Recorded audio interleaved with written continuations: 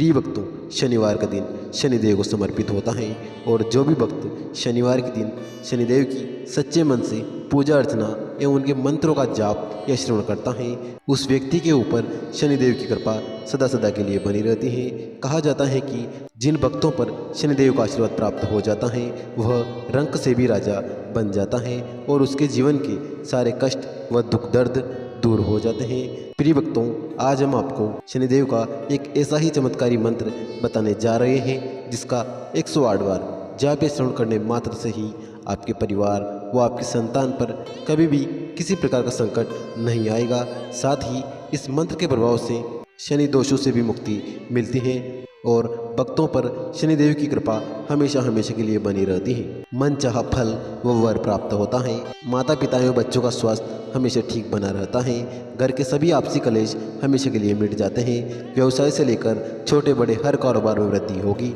शनिदेव सिर्फ खुश न होकर अपने भक्तों की सभी प्रकार की मनोकामनाएं भी पूरी करते हैं। बस आपको इस मंत्र का 108 बार जाप करना है। आप इस मंत्र का 108 बार जाप करते ही भगवान शनिदेव आप पर अपनी कृपा दृष्टि बरसा देंगे और आपके सभी बिगड़ते हुए कार्य भी बनने लग जाएंगे। साथ ही धन का ऐसा भंडार लगेगा कि जीवन भर भी समाप्त नहीं होगा। बस आपको इस मंत्र का 108 बार जाप करना है। यदि किसी कारणवश आप इस मंत्र का जाप करने में असमर्थ हैं तो आप इस मंत्र को अपने घर या दुकान पर मोबाइल फ़ोन पर चलाकर 108 बार पूरा श्रवण करें। साथ ही प्रिय भक्तों, यदि आप शनिदेव का आशीर्वाद अपने ऊपर अपने संपूर्ण परिवार के ऊपर पाना चाहते हैं तो हमारे इस वीडियो को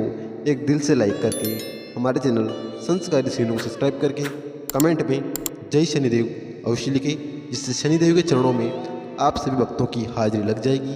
तो प्रिय भक्तों, मंत्र कुछ इस प्रकार है। ओम त्र्यंबकम यजामहे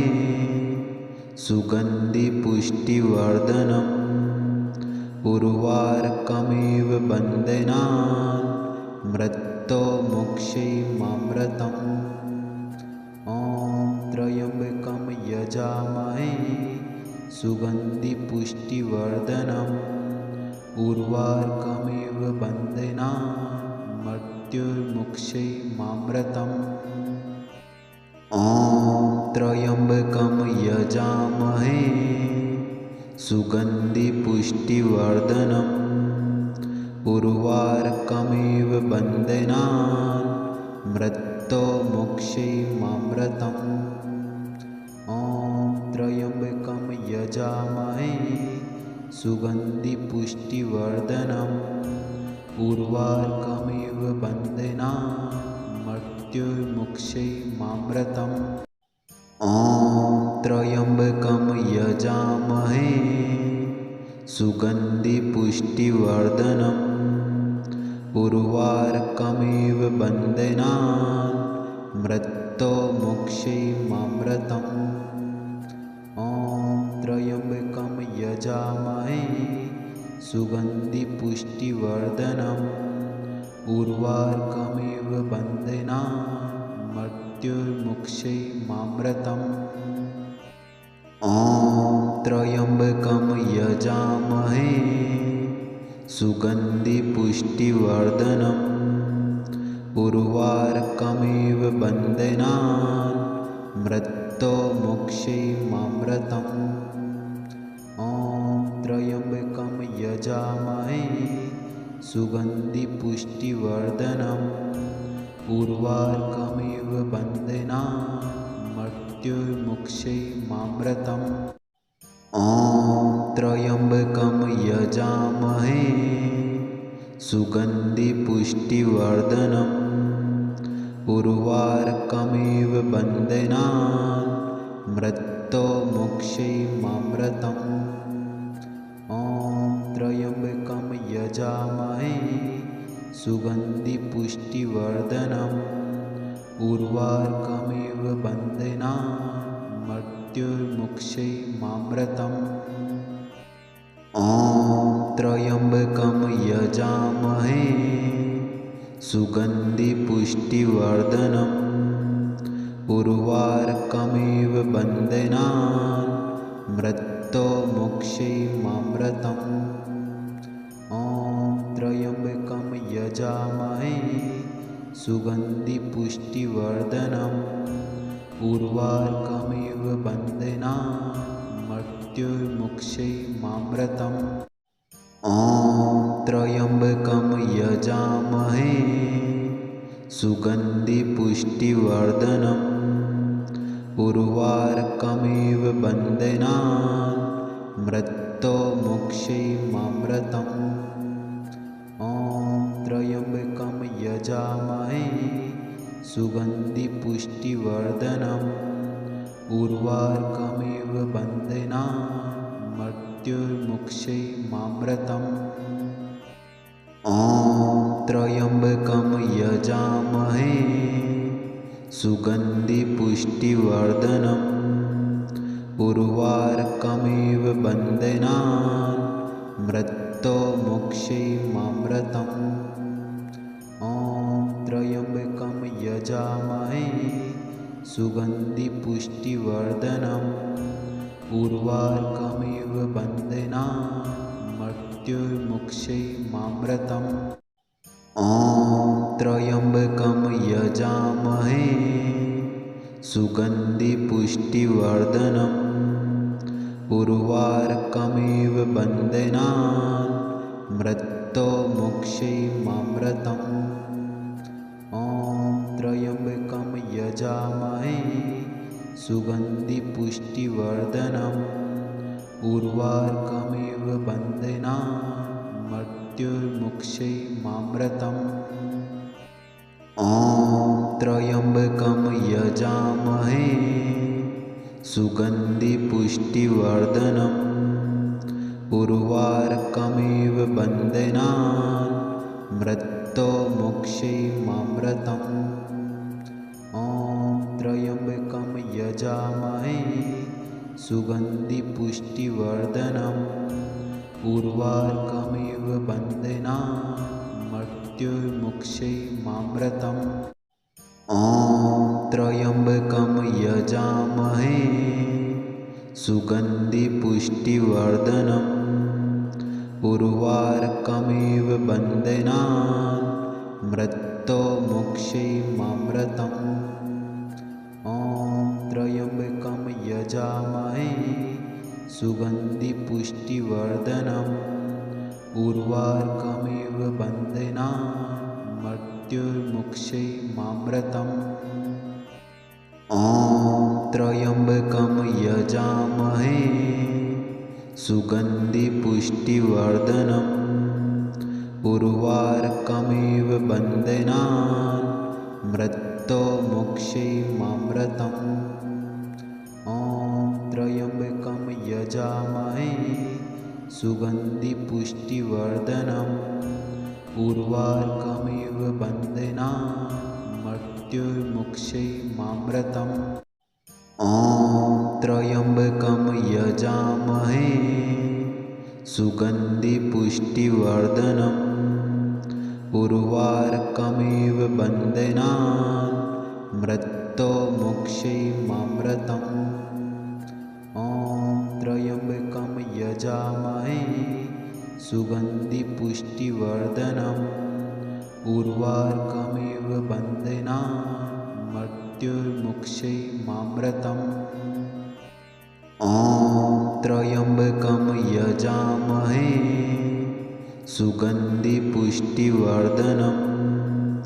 उर्वारुकमिव बन्धनान्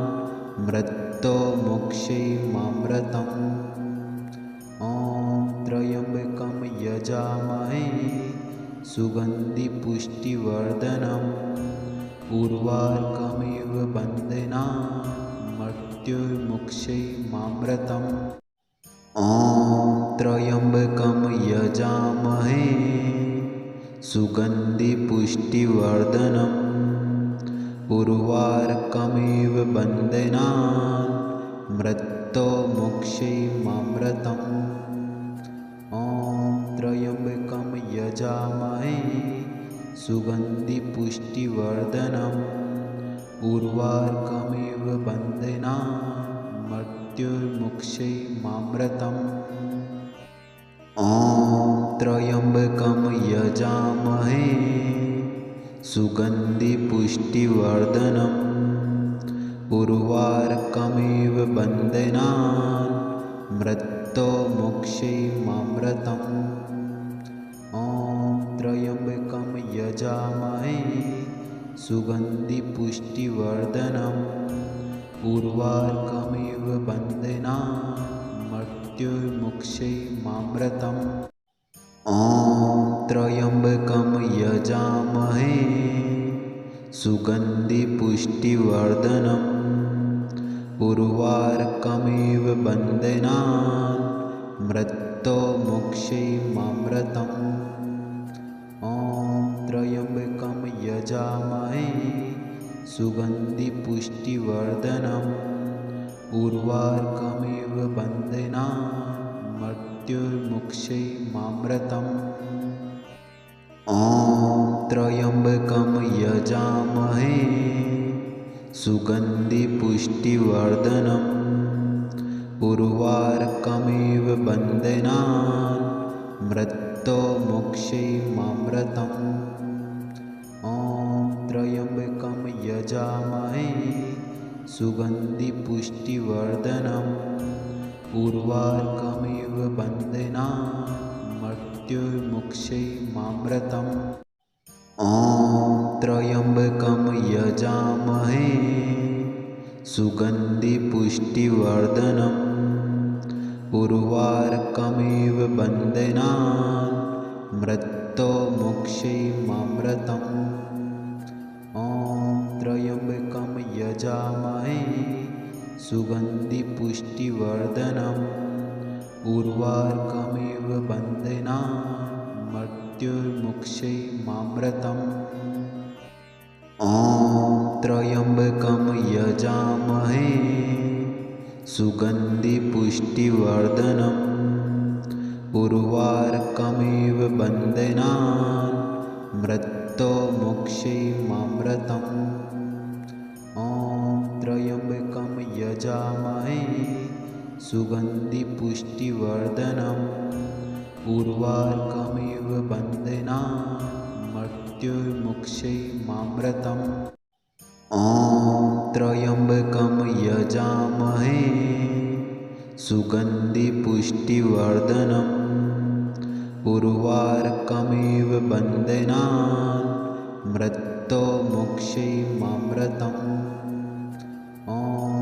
त्र्यम्बकं यजामहे सुगन्धिपुष्टिवर्धनम् उर्वारुकमिव बन्धनान् मृत्योर्मुक्षीयमामृतम् ॐ त्र्यम्बकं यजामहे सुगन्धिपुष्टिवर्धनम् उर्वारुकमिव बन्धनान् मृत्योर्मुक्षीयमामृतम् ॐ त्र्यम्बकं यजामहे सुगन्धिपुष्टिवर्धनम् उर्वारुकमिव बन्धनान् मृत्योर्मुक्षीयमामृतम् ॐ त्र्यम्बकं यजामहे सुगन्धिपुष्टिवर्धनम् उर्वारुकमिव बन्धनान् मृत्योर्मुक्षीयमामृतम् ॐ त्र्यम्बकं यजामहे सुगन्धिपुष्टिवर्धनम् उर्वारुकमिव बन्धनान् मृत्योर्मुक्षीयमामृतम् ॐ त्र्यम्बकं यजामहे सुगन्धिपुष्टिवर्धनम् उर्वारुकमिव बन्धनान् मृत्योर्मुक्षीयमामृतम् ॐ त्र्यम्बकं यजामहे सुगन्धिपुष्टिवर्धनम् उर्वारुकमिव बन्धनान् मृत्योर्मुक्षीयमामृतम् ॐ त्र्यम्बकं यजामहे सुगन्धिपुष्टिवर्धनम् उर्वारुकमिव बन्धनान् मृत्योर्मुक्षीयमामृतम् ॐ त्र्यम्बकं यजामहे सुगन्धिपुष्टिवर्धनम् उर्वारुकमिव बन्धनान् मृत्युर्मुक्षैमामृतम् ॐ त्र्यम्बकं यजामहे सुगन्धिपुष्टिवर्धनम् उर्वारुकमिव बन्धनान् मृत्युर्मुक्षैमामृतम् ॐ त्र्यम्बकं यजामहे सुगन्धिपुष्टिवर्धनम् उर्वारुकमिव बन्धनान् मृत्युर्मुक्षैमामृतम् ॐ त्र्यम्बकं यजामहे सुगन्धिपुष्टिवर्धनम् उर्वारुकमिव बन्धनान् मृत्युर्मुक्षैमामृतम् ॐ त्र्यम्बकं यजामहे सुगन्धिपुष्टिवर्धनम् उर्वारुकमिव बन्धनान् मृत्युर्मुक्षैमामृतम् ॐ त्र्यम्बकं यजामहे सुगन्धिपुष्टिवर्धनम् उर्वारुकमिव बन्धनान् मृत्युर्मुक्षैमामृतम् ॐ त्र्यम्बकं यजामहे सुगन्धिपुष्टिवर्धनम् उर्वारुकमिव बन्धनान् मृत्युर्मुक्षैमामृतम् ॐ त्र्यम्बकं यजामहे सुगन्धिपुष्टिवर्धनम् उर्वारुकमिव बन्धनान् मृत्युर्मुक्षैमामृतम् ॐ त्र्यम्बकं यजामहे सुगन्धिपुष्टिवर्धनम् उर्वारुकमिव बन्धनान् मृत्युर्मुक्षैमामृतम् ॐ त्र्यम्बकं यजामहे सुगन्धिपुष्टिवर्धनम् उर्वारुकमिव बन्धनान् मृत्युर्मुक्षैमामृतम् ॐ त्र्यम्बकं यजामहे सुगन्धिपुष्टिवर्धनम् उर्वारुकमिव बन्धनान् मृत्युर्मुक्षैमामृतम् ॐ त्र्यम्बकं यजामहे सुगन्धिपुष्टिवर्धनम् उर्वारुकमिव बन्धनान् मृत्युर्मुक्षैमामृतम्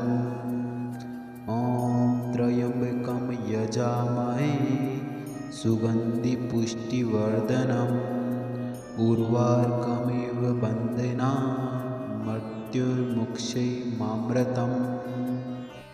ॐ त्र्यम्बकं यजामहे सुगन्धिपुष्टिवर्धनम् उर्वारुकमिव बन्धनान् मृत्युर्मुक्षैमामृतम् ॐ त्र्यम्बकं यजामहे सुगन्धिपुष्टिवर्धनम् उर्वारुकमिव बन्धनान् मृत्युर्मुक्षैमामृतम् ॐ त्र्यम्बकं यजामहे सुगन्धिपुष्टिवर्धनम्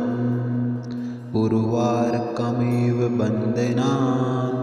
मृत्युर्मुक्षैमामृतम् ॐ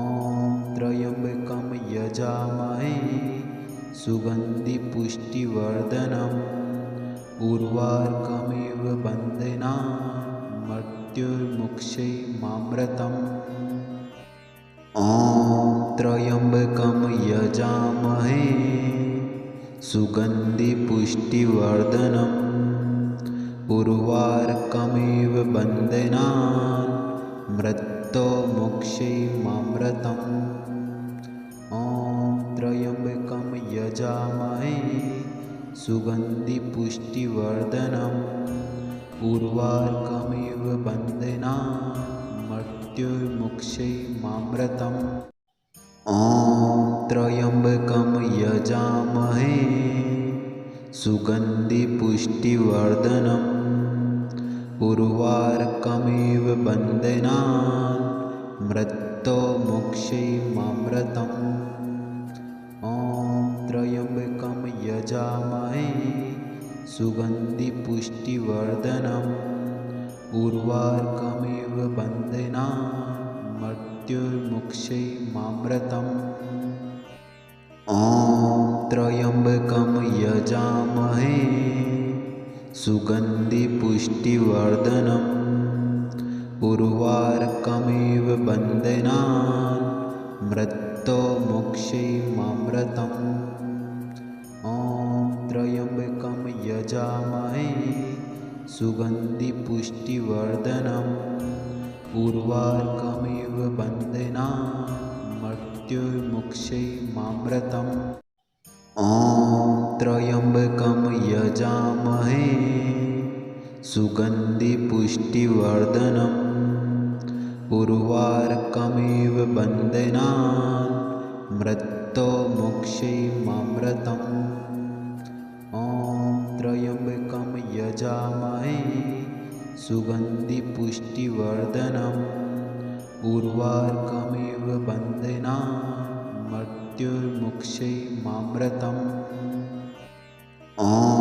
त्र्यम्बकं यजामहे सुगन्धिपुष्टिवर्धनम् उर्वारुकमिव बन्धनान् मृत्योर्मुक्षैर्मामृतम् ॐ त्र्यम्बकं यजामहे सुगन्धिपुष्टिवर्धनम् उर्वारुकमिव बन्धनान् मृत्योर्मुक्षैर्मामृतम् ॐ त्र्यम्बकं यजामहे सुगन्धिपुष्टिवर्धनम् उर्वारुकमिव बन्धनान् मृत्योर्मुक्षैर्मामृतम्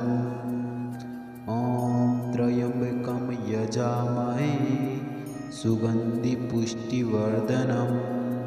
उर्वारुकमिव बन्धनान् मृत्योर्मुक्षैर्मामृतम् ॐ त्र्यम्बकं यजामहे सुगन्धिपुष्टिवर्धनम् उर्वारुकमिव बन्धनान् मृत्योर्मुक्षैर्मामृतम् ॐ त्र्यम्बकं यजामहे सुगन्धिपुष्टिवर्धनम् उर्वारुकमिव बन्धनान् मृत्योर्मुक्षैर्मामृतम् ॐ त्र्यम्बकं यजामहे सुगन्धिपुष्टिवर्धनम् उर्वारुकमिव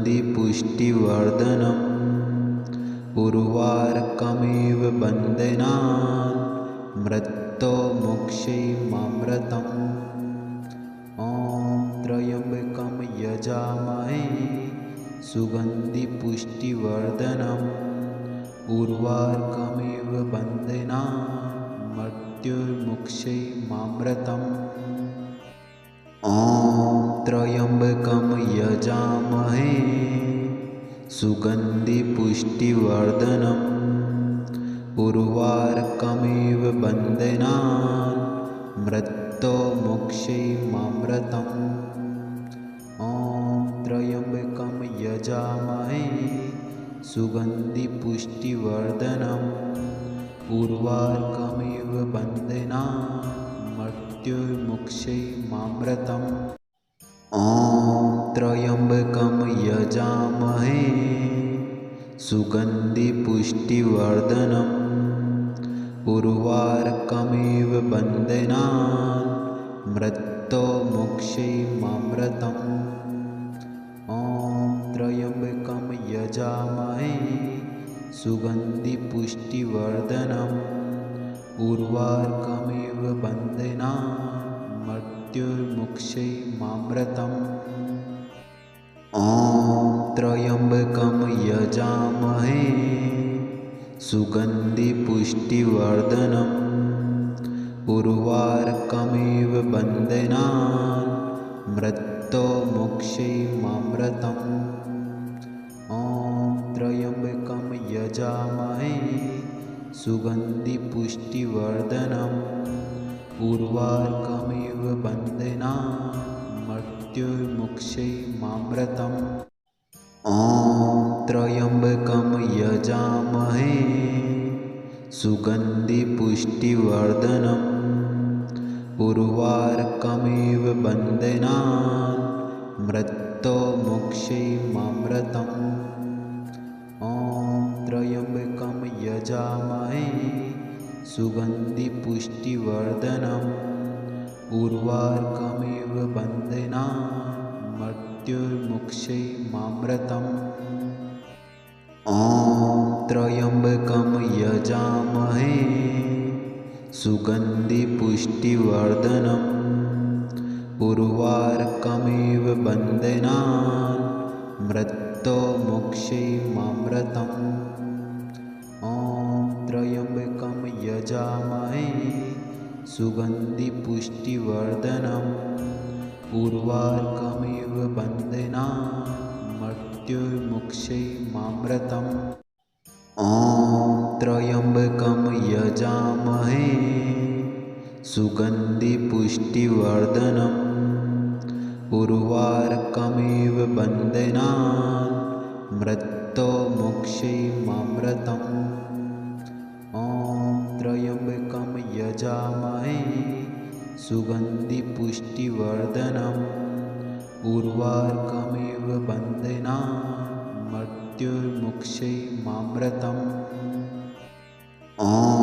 त्र्यम्बकं यजामहे सुगन्धिपुष्टिवर्धनम् उर्वारुकमिव बन्धनान् मृत्युर्मुक्षैमामृतम् ॐ त्र्यम्बकं यजामहे सुगन्धिपुष्टिवर्धनम् उर्वारुकमिव बन्धनान् मृत्युर्मुक्षैमामृतम्